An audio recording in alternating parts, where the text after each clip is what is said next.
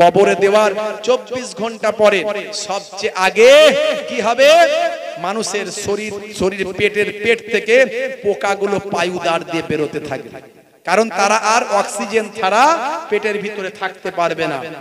তারা পায়ুদার দিয়ে বেরোতে থাকবে পোকাগুলো 24 ঘন্টার মধ্যে কবরে দেওয়ার।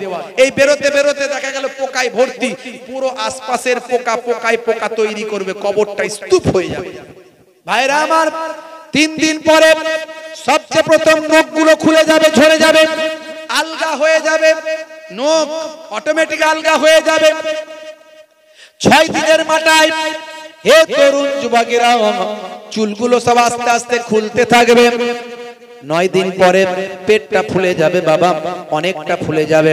17 দিনের মাথায় পেটটা দুম করে বাস্ট হয়ে যাবে, ফেটে যাবে।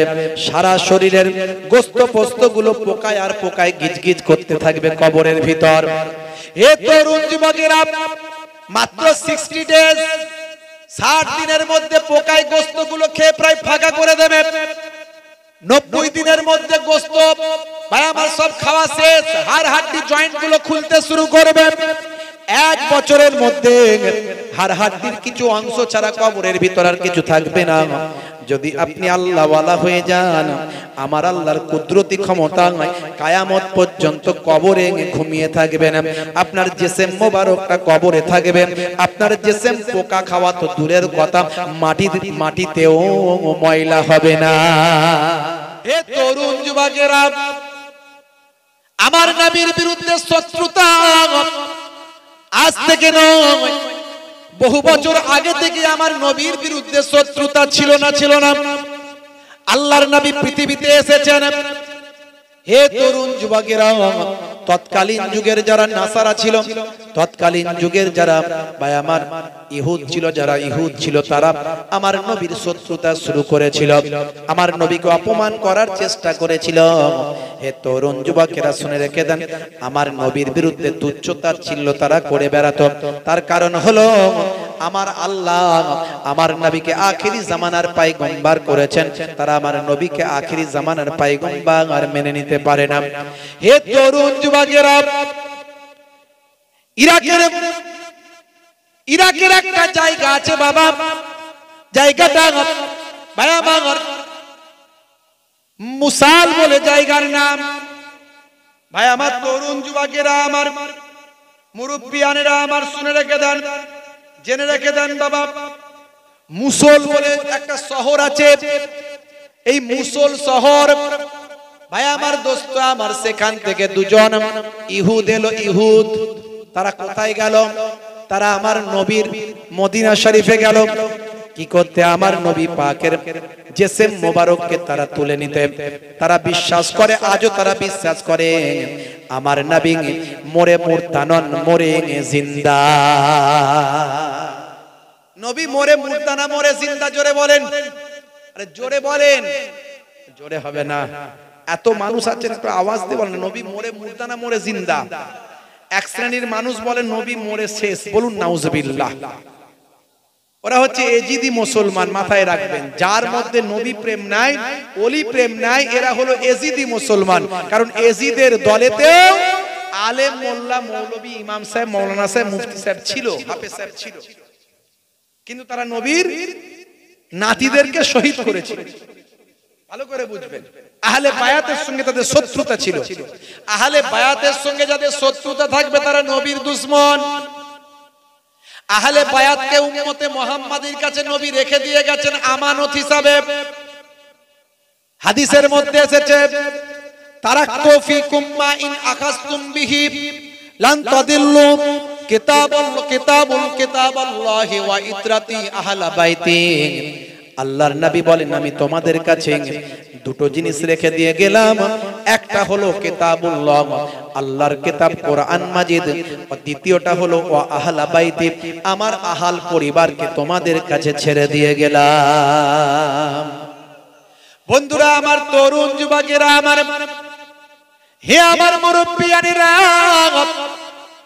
হে বন্ধুরা শুনে রেখে দেন, এক শ্রেণীর মৌলানা বেরিয়েছে, তারা বলে নবী মরে মুর্দা না মরে মুর্দা মারা গেছেন। জোরে বলুন না নাউজুবিল্লাহ।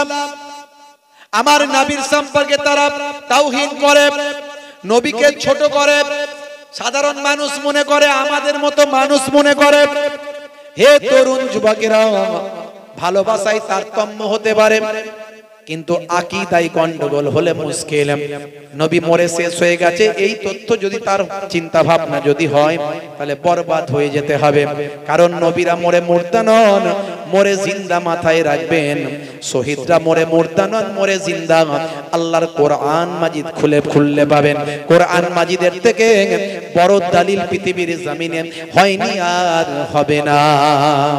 সেই কোরআন মাজিদ আল্লাহ রাব্বুল আলামিন কি বলছেন? হে দুনিয়ার মানুষ, শুনে রেখে দাও, ওয়ালা তাকুলু লিমান ইউকতালু ফি সাবিলিল্লাহি আমওয়াত বাল আহিয়াউ ওয়ালাকিন লা তাশউরুন। যারা আল্লাহর রাস্তায় নিজেদের জীবনকে উৎসর্গ করেছে তাদেরকে মৃত বলো না। কার অর্ডার? যারা বলেন কার অর্ডার? আল্লাহর অর্ডার। যারা আল্লাহর রাস্তায় নিজেদের জীবনকে উৎসর্গ করেছে তাদের মৃত বলো না। আল্লাহ বলছেন বাল আহিয়াউ, বরং তারা জীবিত।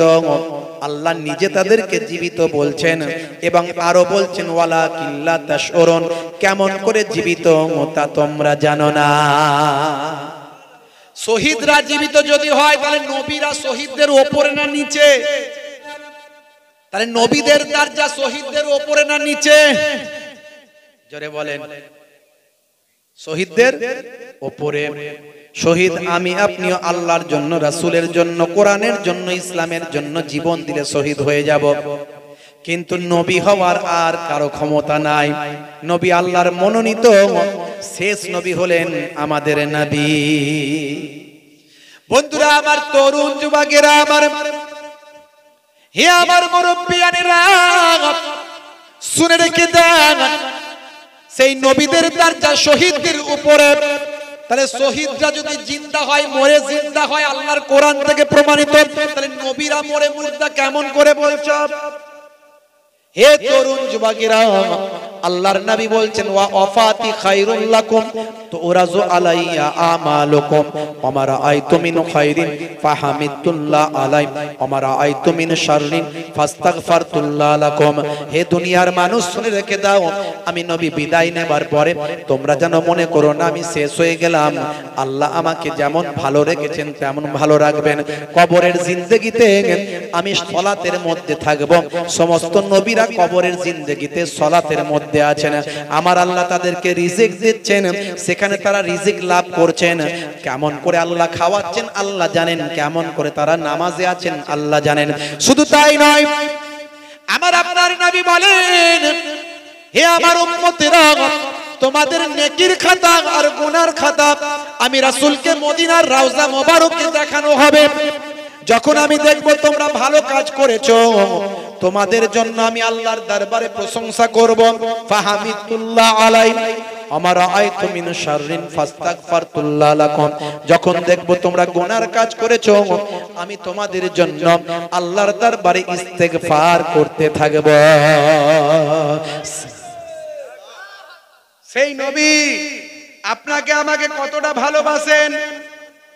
বন্ধুরা আমার, তরুণ যুবকেরা আমার, মুরব্বিয়ানেরা আমার, হে জওয়ান যুবকেরা আমার, শুনে রেখে দেন, সেই নবীর সুন্নাত আপনাকে আমাকে লালন করতে হবে। সেই নবীর তরিকা সুন্নাত গুলো আপনাকে আমাকে গ্রহণ করতে হবে। বলেন ইনশাআল্লাহ, বলেন ইনশাআল্লাহ। আমি হব মদিনার সারা বেলা ঝাড়ুদার, রওজার কিনারে কেটে যাবে দিন আমার। আমি হব মদিনার সারা বেলা ঝাড়ুদার, রওজার কিনারে কেটে যাবে দিন আমার। বন্ধুরা আমার, তরুণ যুবকেরা আমার, সেই নবীর সুন্নতকে ভালো করে আঁকড়ে ধরুন, তরিকাকে আঁকড়ে ধরুন। মদিনার রওজা মোবারকে সেই নবী আরাম ফরমাচ্ছেন, নবী জিন্দা। তাহলে মুসল শহরের দুইজন ইহুদ, দুইজন নবীর দুশমন, তারা চিন্তা করলো নবী জিন্দা, তারাও বিশ্বাস করে, কথা ঠিক না ভুল? তারা চিন্তা করলো যদি নবীর জিসম মোবারককে তুলে নিয়ে চলে আসতে পারি, পৃথিবীর মানুষকে তারপর চ্যালেঞ্জ করতে পারবো। তোমরা হে পৃথিবীর মানুষ বলো নবী জিন্দা, তো নবীকে কবরটা খুলে দেখাও নবী কেমন জিন্দা আছে। সালটা হলো 557 হিজরি, হিজরি সনের 557 হিজরি। ভাই আমার, সারা বিশ্বে আজব ইসলামের বিরুদ্ধে চক্রান্ত চলছে। ইসলামকে কলঙ্কিত করার জন্য কিছু মানুষ উঠে পড়ে লেগেছে। মহারাষ্ট্রের বুকে দুইজন ভাই আমার ধর্মের কলঙ্ক, দুইজন ধর্মের নামে অধার্মিক অনাব্রত আমার নবীর বিরুদ্ধে কটূক্তি করেছে। মাঝে মাঝে বিভিন্ন জায়গাতে দেখবেন রাসূলের বিরুদ্ধে, ইসলামের বিরুদ্ধে, কোরআনের বিরুদ্ধে কটূক্তি করছে। কিন্তু এর বিরুদ্ধে আমরা জবাবটা কেমন ভাবে দেব? এর বিরুদ্ধে আমরা জবাব দেব ভারতবর্ষের সাংবিধানিক পদ্ধতিতে, ভারতবর্ষের গণতান্ত্রিক পদ্ধতিতে সংবিধানকে মান্যতা বজায় রেখে শৃঙ্খলাবদ্ধভাবে আমরা জবাবটা দেব। তারা চাইছে যাতে করে আমরা উচ্ছৃঙ্খল ভাবে কাজ করি, আমরা কোন রকম হাঙ্গামা করি, কোনো অশান্তি করি, সেটা দেখে বিশ্বের মানুষের কাছে মুসলমানের দুর্নাম করার চেষ্টা করছে। মনে রাখবেন, কোন ধর্মই মানুষকে অন্যায় করতে শেখায় না। সব ধর্মের মূল কথা হলো শান্তি।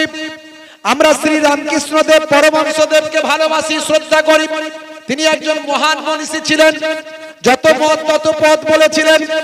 স্বামী বিবেকানন্দজিকে আমরা শ্রদ্ধা করি, সম্মান করি, একজন মনীষী ছিলেন। তার বাণীগুলো মানুষের কাছে আমরা প্রচার করি। তিনি বলেছিলেন জীবে প্রেম করে যেইজন সেইজন সেবিছে ঈশ্বর। কিন্তু ইসলামের কথাগুলো মানুষের কাছে ভুলভাবে বোঝানোর চেষ্টা করে কিছু মানুষ, কিছু মিডিয়া।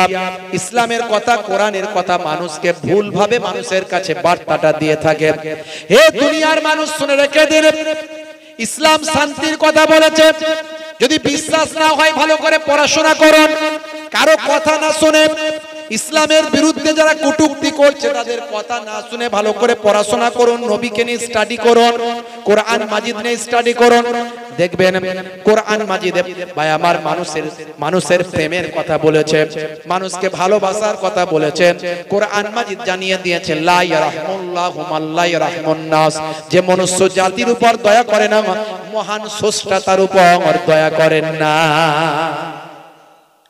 বন্ধুরা আমার, তরুণ যুবকেরা আমার, হে আমার মুরব্বিয়ানিরা, হে জওয়ানেরা, শুনে রেখে দিন, জেনে রেখে দিন, প্রত্যেকটা ধর্মই মানুষকে শান্তির কথা বলেছে। কিন্তু কিছু ধর্মের নামে কুলাঙ্গার তারা বিভিন্ন জায়গাতে আছে, তারা অশান্তি তৈরি করে। ভাইরা আমার, তরুণ যুবকেরা আমার, মুরব্বিয়ানেরা আমার নবী মানুষকে ভালোবাসার কথা বলেছেন। সেই নবীর জিসম মুবারককে তুলে নিতে চাই। মুসুল শহরের দুইজন ইহুদ, তারা বাবা ভাই আমার হিজরি সন হিসাবে 557 হিজরিতে তারা ট্রেনিং প্রাপ্ত হয়ে ইসলামকে ধ্বংস করার জন্য তারা নামাজ শিখলো, তারা কোরআন শিখলো, তারা ইবাদত শিখলো, তারা দোয়া শিখলো, তারা আরবি শিখলো, তারা হাদিস শিখলো। দীর্ঘদিন ধরে তারা ট্রেনিং নিল। আজও ইসলামকে ধ্বংস করার জন্য, ইসলামের ক্ষতি করার জন্য অনেক মানুষ তারা শত্রুতা করার জন্য বিভিন্ন ভাবে ট্রেনিং প্রাপ্ত হচ্ছে, তারা ট্রেনিং নিচ্ছে। কিন্তু কিয়ামত পর্যন্ত ইসলামের ক্ষতি করার ক্ষমতা পৃথিবীর কোনো মানুষের হবে না, কারণ ইসলামের হেফাজতের দায়িত্বটা আমার আল্লাহ স্বয়ং নিয়েছেন। ইন্নাদ দীনা ইনদাল্লাহিল ইসলাম। হে তরুণ যুবকেরা, আমার নবীর সম্মান পৃথিবীর বড় বড় মনীষীরা তারা আমার নবীর সম্মান করেছেন। বাপ এনসাইক্লোপিডিয়া বিশ্বকোষের রাইটার বলেছেন মুহাম্মদ সাল্লাল্লাহু আলাইহি ওয়াসাল্লাম has been the most practical and most successful of all prophets.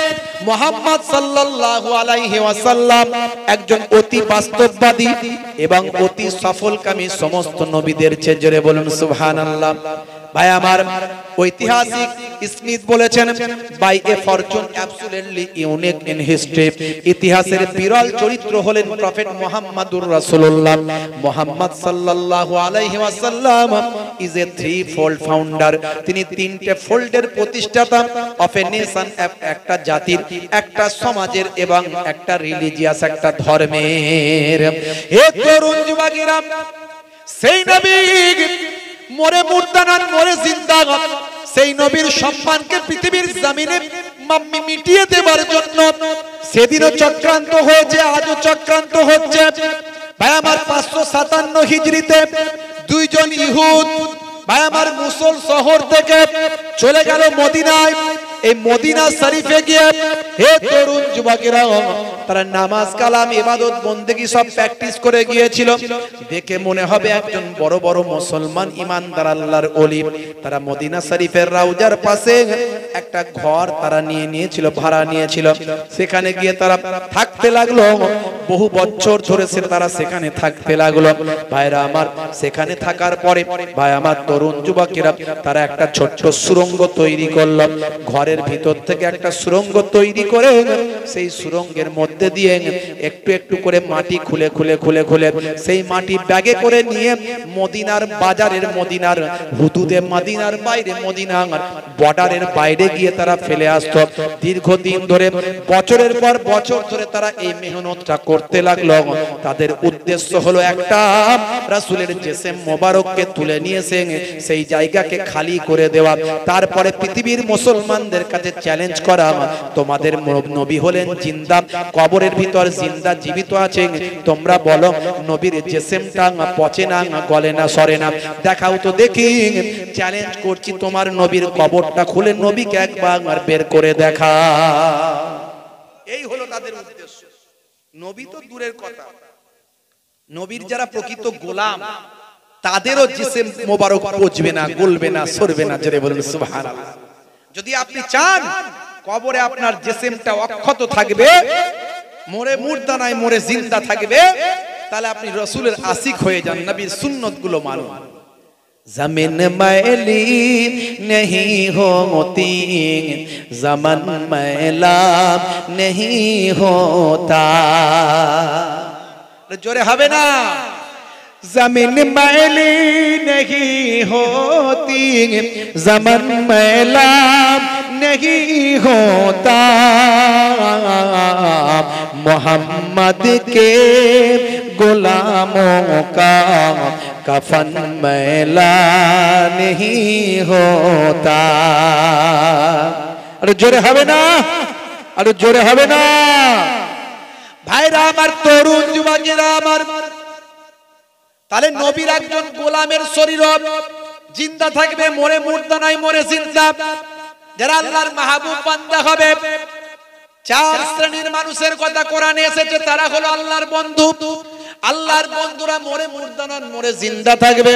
মিনান নাবিয়িনা ওয়াস সিদ্দিকিনা ওয়াস শুহাদা ওয়াস সালিহিনা ওয়া হাসুনা উলাইকা রাফিকা।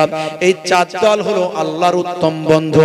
নবীরা, শহীদরা, ভাই আমার সালেহিনরা, ইবাদতকারীরা, আর সিদ্দিক মানে সত্যবাদী আল্লাহর মাহবুব বান্দারা। এই চার দলের মধ্যে দুই দল আমরা এক দল হতে পারবো না, বাকি তিন দলের ভিতরে একটা দল হতে পারবো।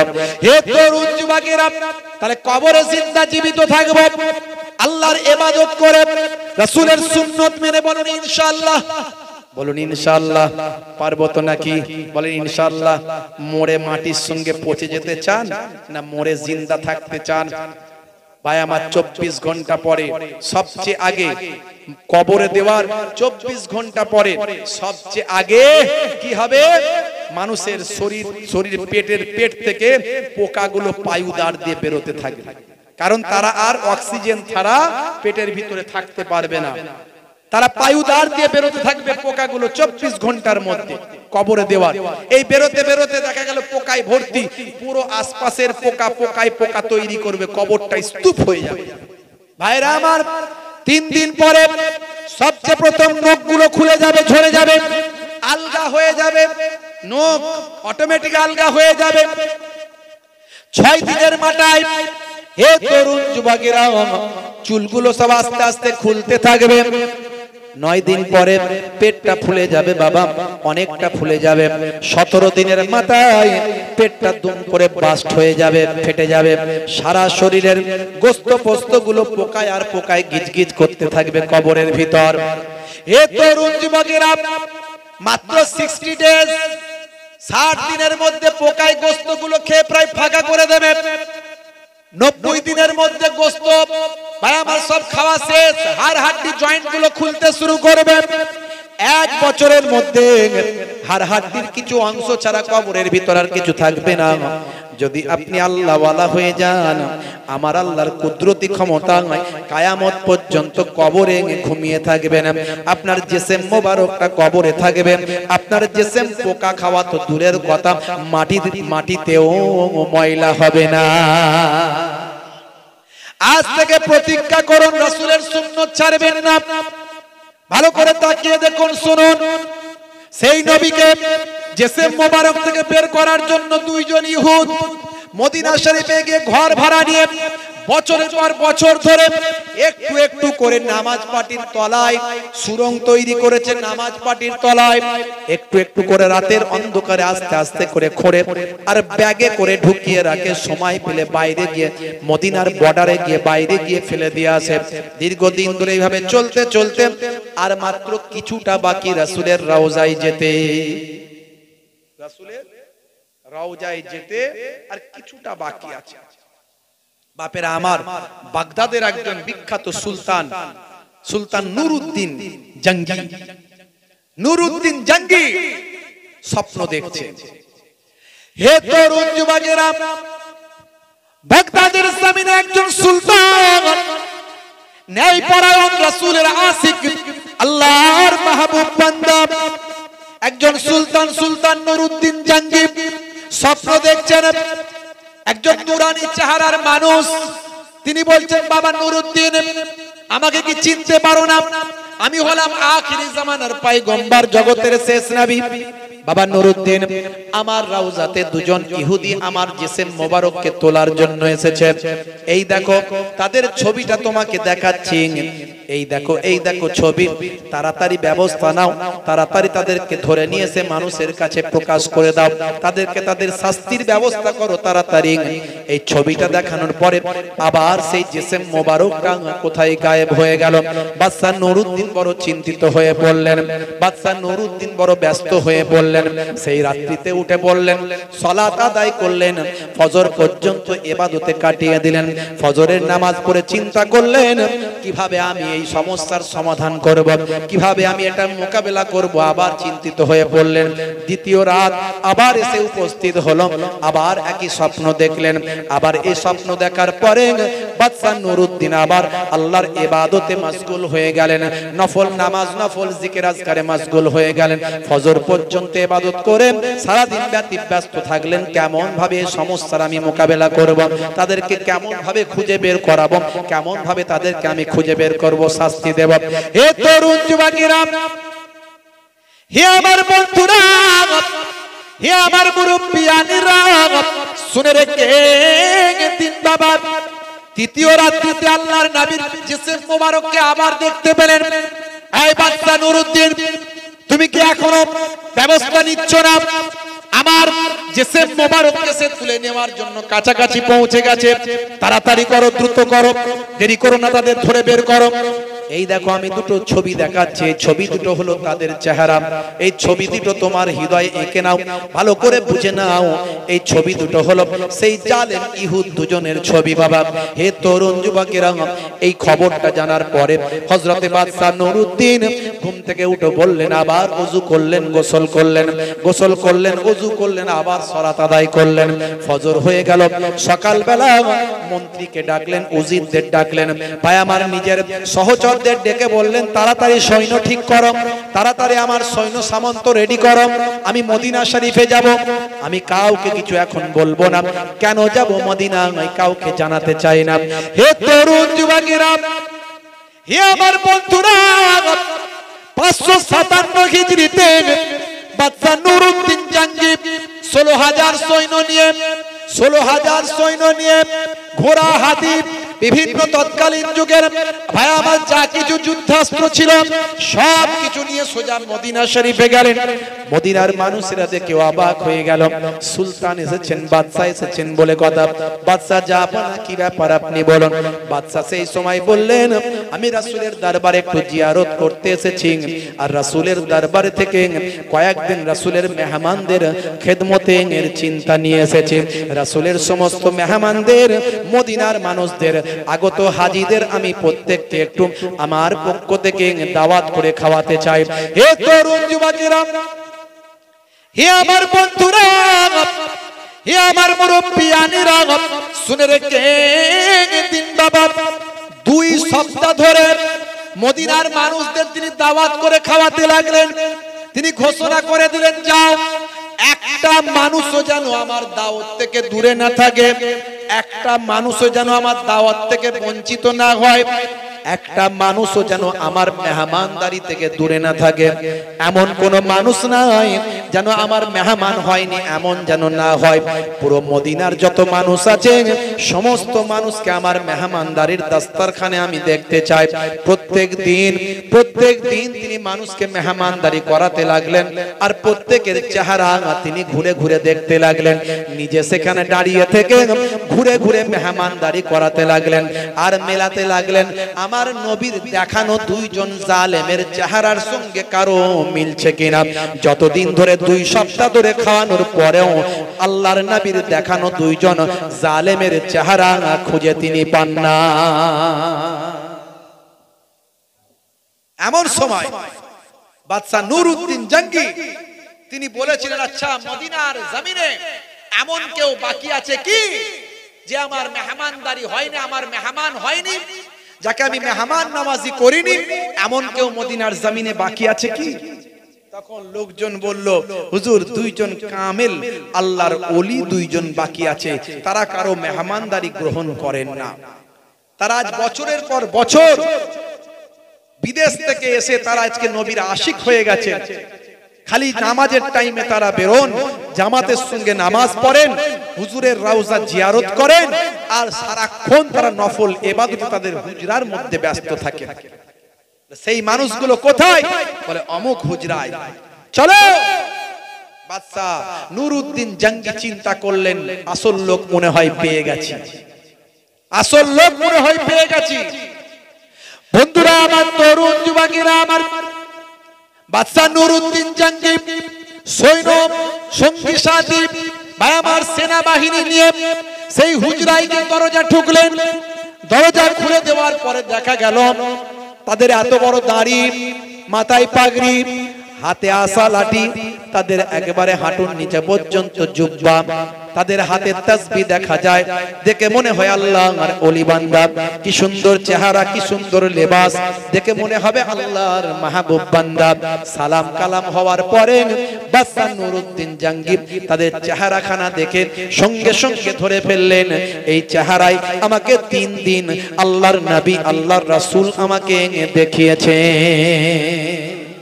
হে তরুণ যুবকেরা, বাদশা নুরউদ্দিন চিন্তা করলেন সেই সুরঙ্গটালে কোথায় আছে একটু খুঁজি। সমস্ত লোকেদের বললেন, দেখো, সেনাবাহিনীর কয়েকজনকে বললেন, দেখো এই ঘরের মধ্যে কোথায় সুরঙ্গ আছে, দেখো কোথায় সুরঙ্গ তৈরি করা আছে, দেখো। চারিদিকে তন্ন তন্ন করে মানুষ খুঁজে ফেললো। তারা বলল, হুজুর আপনার নিশ্চয় কিছু ভুল হচ্ছে। এরা বছরের পর বছর এখানে আছে, কারো মেহমানদারি কোনোদিন গ্রহণ করেননি। মদিনার মানুষদের বড় এরা ভালোবাসেন, এরা বড় রাসূলের আশিক। কত মানুষকে দান করে, কত মানুষকে সাদকা করে, কত মানুষের বিপদে পাশে দাঁড়ায়, কত মানুষের উপকার করে। এদের মতো মানুষ মদিনার জমিনে হয়নি, আর হবে না। হুজুর আপনার কিছু ভুল হচ্ছে। শুধু শুধু এই মানুষগুলোর উপর, বেচারাদের উপর তহমত দেবেন না, এদের বদনাম করবেন না হুজুর। মদিনার মানুষেরা, তার নিজের সঙ্গী সাথীরা, মদিনার খাদেমেরা এই কথা বলতে লাগলেন। কিন্তু বাদশা নুরউদ্দিন তিনি কোনো কথা শুনেন না। আল্লাহর নবী যেখানে তাদের দেখিয়েছেন, চেহারা দেখিয়েছেন, বাদশা নুরউদ্দিনের সে কথা মনে পড়ে যায়। কিন্তু বড় আশ্চর্য হয়ে যায়, সুরঙ্গ খুঁজে পাওয়া যায় না কেন? কোথায় গেল সুরঙ্গ? খুঁজতে খুঁজতে খুঁজতে খুঁজতে বাদশা নুরুদ্দিন বললেন কোথাও পাওয়া যায়নি। বলে না, বলে তোমাদের এই নামাজ পাটিগুলো যে বিছানো আছে এই নামাজ পাটিগুলো একটু উঠিয়ে দেখাও। নামাজ পাটি যখন ওঠানো হলো দেখে তার উপরে একটা মোটা প্লেট লাগানো আছে, সেই প্লেটটা দেখতে পাওয়া গেল। প্লেটটা যখন তোলা হলো প্লেটের তলা থেকে সুরংটা দেখতে পাওয়া যায়। বাদশা নুরুদ্দিন বলল ধরো, তাড়াতাড়ি এদের বেঁধে ফেলো, মদিনার মার্কেটে নিয়ে যাও। মদিনার মার্কেটে নিয়ে গিয়ে ভাই আমার 11-20 খানা তক্তপোষ দিয়ে 20 খানা তক্তপোষের উপরে দুজনকে বেঁধে ফেলো। হে তরুণ যুবকেরা, হে আমার বন্ধুরা, দুইজন জালেম রাসূলের জিসিম মোবারক বের করার চক্রান্ত করেছিল, সেই চক্রান্ত আজও চলছে। কিভাবে আমার নবীকে অসম্মান করে, নবীর বিরুদ্ধে কটূক্তি করে, কোরআনকে পুড়িয়ে দিয়ে জ্বালিয়ে দিয়ে মুসলমানদেরকে সারা বিশ্বের মানুষের কাছে খারাপ করে দিয়ে মুসলমানদের বিরুদ্ধে ষড়যন্ত্র করে মুসলমানদের হই হুল্লোড় করতে বাধ্য করিয়ে মুসলমানদেরকে পথে নামতে বাধ্য করিয়ে। কিন্তু আজকে আপনি দেখবেন মুসলমানরা, সত্যি আমি গর্ববোধ করি, অন্যের ধর্মের বিরুদ্ধে কটূক্তি করে না।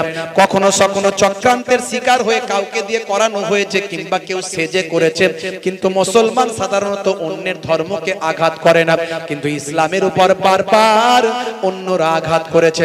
আমার নবীর নিয়ে সিনেমা তৈরি হয়েছে, আমার নবীকে নিয়ে বা আমার কার্টুন তৈরি হয়েছে, আমার নবীকে নিয়ে বই লেখা হয়েছে, আমার নবীকে নিয়ে কত কটূক্তি গালমন্দ করা হয়েছে, কিন্তু যত ইসলামের অপমান করার চেষ্টা হয়েছে তত ইসলামের প্রচার প্রসার মানুষের কাছে পৌঁছে দিয়েছেন। নবীর আশিকের সংখ্যা দিনের পর দিন বাড়িয়ে দিয়েছে। জোরে হবে না ভাইরা আমার?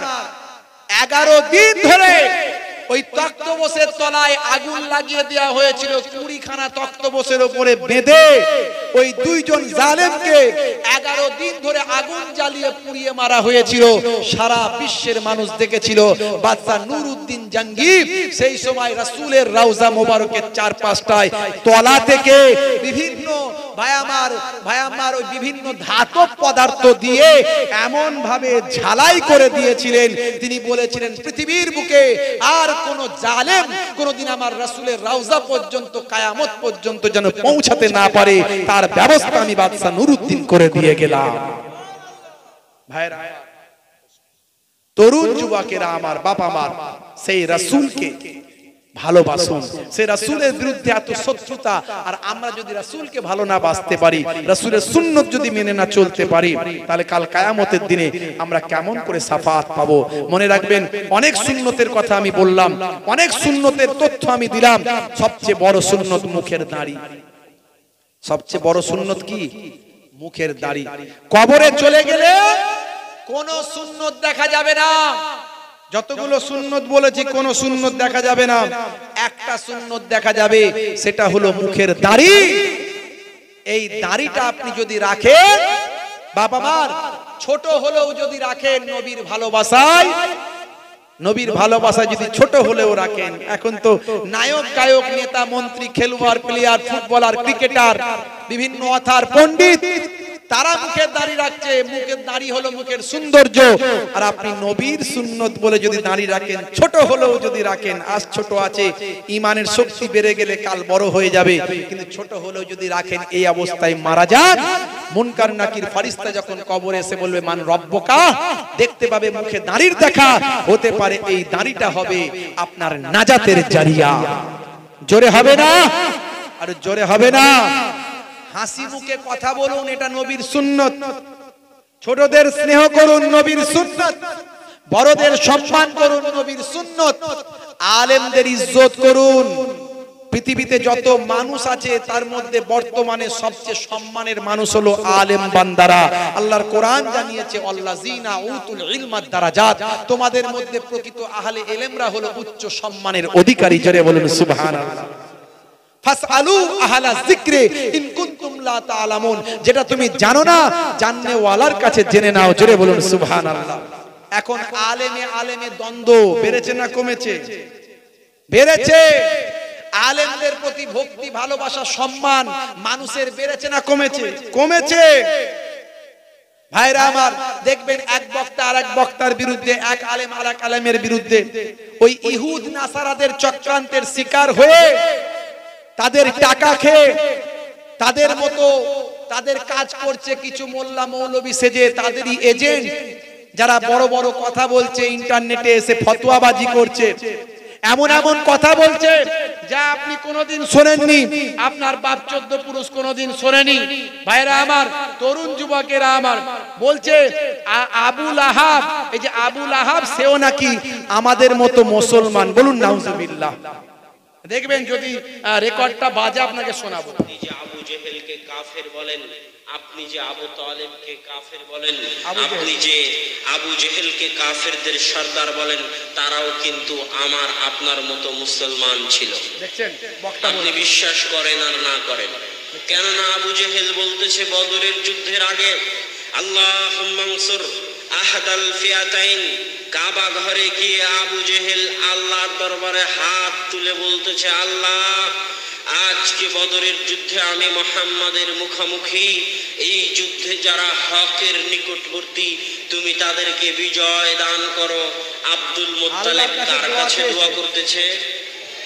আবু জেহেল আল্লাহর কাছে দোয়া চেয়েছে, সেই জন্য নাকি আবু জেহেল আমাদের মতো মুসলমান। তাহলে আল্লাহর কাছে দোয়া চাইলি মুসলমান, দোয়া তো অনেকেই চায় না? ইহুদি নাসারা তারাও তো দোয়া চায়, তারা মুসলমান হয়ে গেল। মুসলমান হতে গেলে তার সূত্র কি? আমানতু বিল্লাহি ওয়া মালাইকাতিহি ওয়া কুতুবিহি ওয়া রুসুলিহি ওয়াল ইয়াউমিল আখির ওয়াল কদরি খাইরিহি ওয়া শাররিহি মিনাল্লাহি তাআলা ওয়াল বাসি বাদাল মাউত।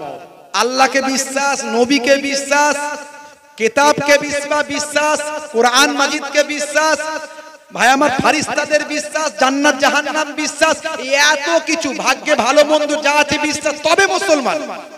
তো আবু জাহেল তো নবীকে বিশ্বাস করতো না, কোরআন মানতো না, সে মুসলমান হলো কি করে? এই বক্তা, এই জায়সাই বক্তা নয়, এই নামকরা বক্তা। বাংলাদেশের একজন বিখ্যাত বক্তা আছে আব্দুর রাজ্জাক, নাম শুনেছেন? আব্দুর রাজ্জাক সাহেবের ছেলে বড় আলেম আব্দুল্লাহ বিন আব্দুর রাজ্জাক, বুঝতে পারছেন? বড় আলেম। এরা সব কাদের কাছ থেকে টাকা খাচ্ছে, কাদের চক্রান্তের শিকার হচ্ছে আল্লাহই জানে। যে আবু লাহাবের কথা কোরআনে আল্লাহ ডাইরেক্ট বলছেন, তাব্বাত ইয়াদা আবি লাহাবি ওয়া তাব। আবু লাহাবের দুই হাত ধ্বংস হোক। আল্লাহ যাদেরকে ভাই আমার ধ্বংস হোক বলেছেন কোরআনে, এ তাদেরকে বলছে এরা মুসলমান ছিল। এই সব কথা, আরো কথা শোনাবো। এই ভাইরা এরা ব্যস্ত হচ্ছে ভাইরা, তাহলে আরো অনেক শুনিয়ে দিতাম এই সব বক্তা। ভাইরা আমার, বুঝতে পারছেন? বাপেরা আমার, তরুণ যুবকেরা আমার, তো আখেরি জামানা ঈমান বাঁচানো বড্ড দায়। সেই ঈমানকে নষ্ট করবেন না বাবা আমার, তরুণ যুবকেরা আমার। অনেক দেরি হয়ে গেছে, অনেক সময় চলে গেছে, বুঝতে পারিনি ঘড়ির দিকে তাকিয়ে আপনারা বসে আছেন।